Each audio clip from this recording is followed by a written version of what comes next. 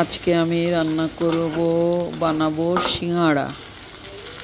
তার জন্য কড়াইতে তেল দিয়ে পেঁয়াজ ভেজে একটু আদা রসুনের পেস্ট দিলাম। এবার গরম মশলা, হলুদ, জিরার গুঁড়া, ধনিয়ার গুঁড়া, একটু লবণ এই দিয়ে আমি মশলাটাকে কষিয়ে নেবো। এবার দেবো ঝাল কাঁচামরিচের কুচি।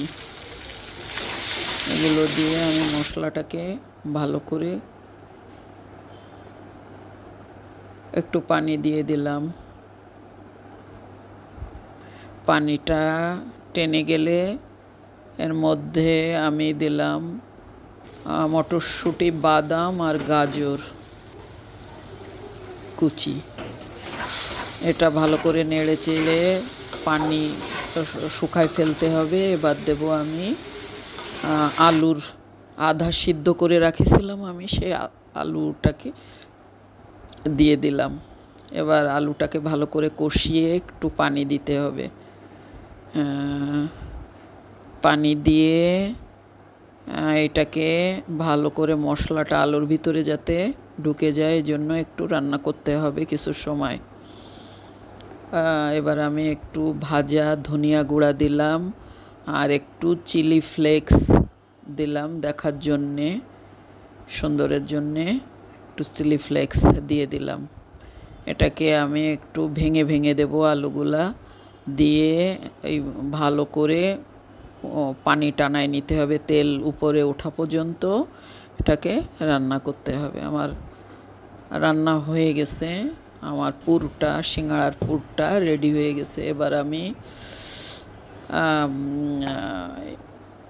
আটা মেখে নিছিলাম, সেই আটাটাকে আমি লেচি কেটে কেটে এবার আমি লম্বা করে বেলে নেব।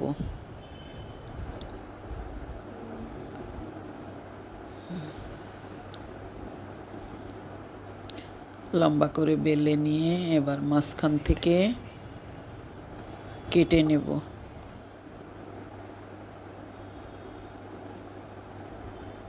এবার আমি সিঙ্গাড়ার ভাঁজ দিব। একটা কোণ করে নেব প্রথমে।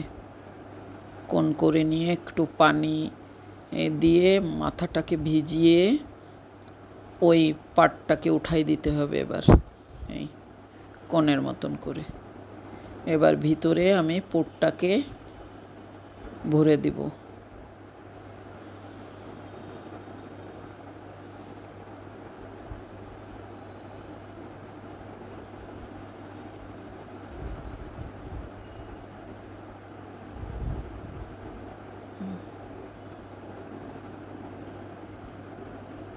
এবার ফাঁকা করে পুর ভরে দিব।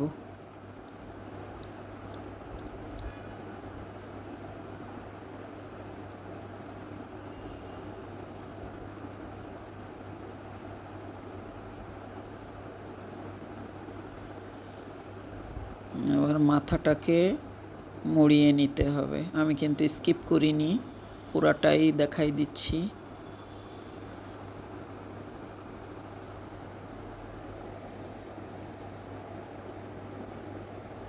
হয়ে গেল আমার সিঙ্গাড়া।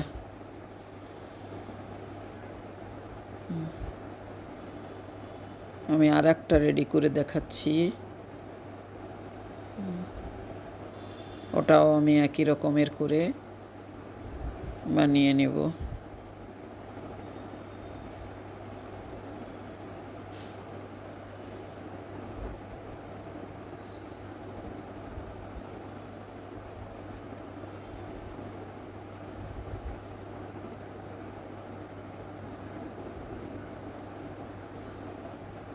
এবার হয়ে গেল আমার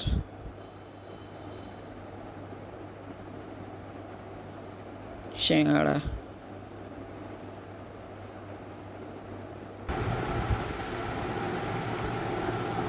এভাবে আমি অনেকগুলা সিঙ্গাড়া তৈরি করে নিলাম।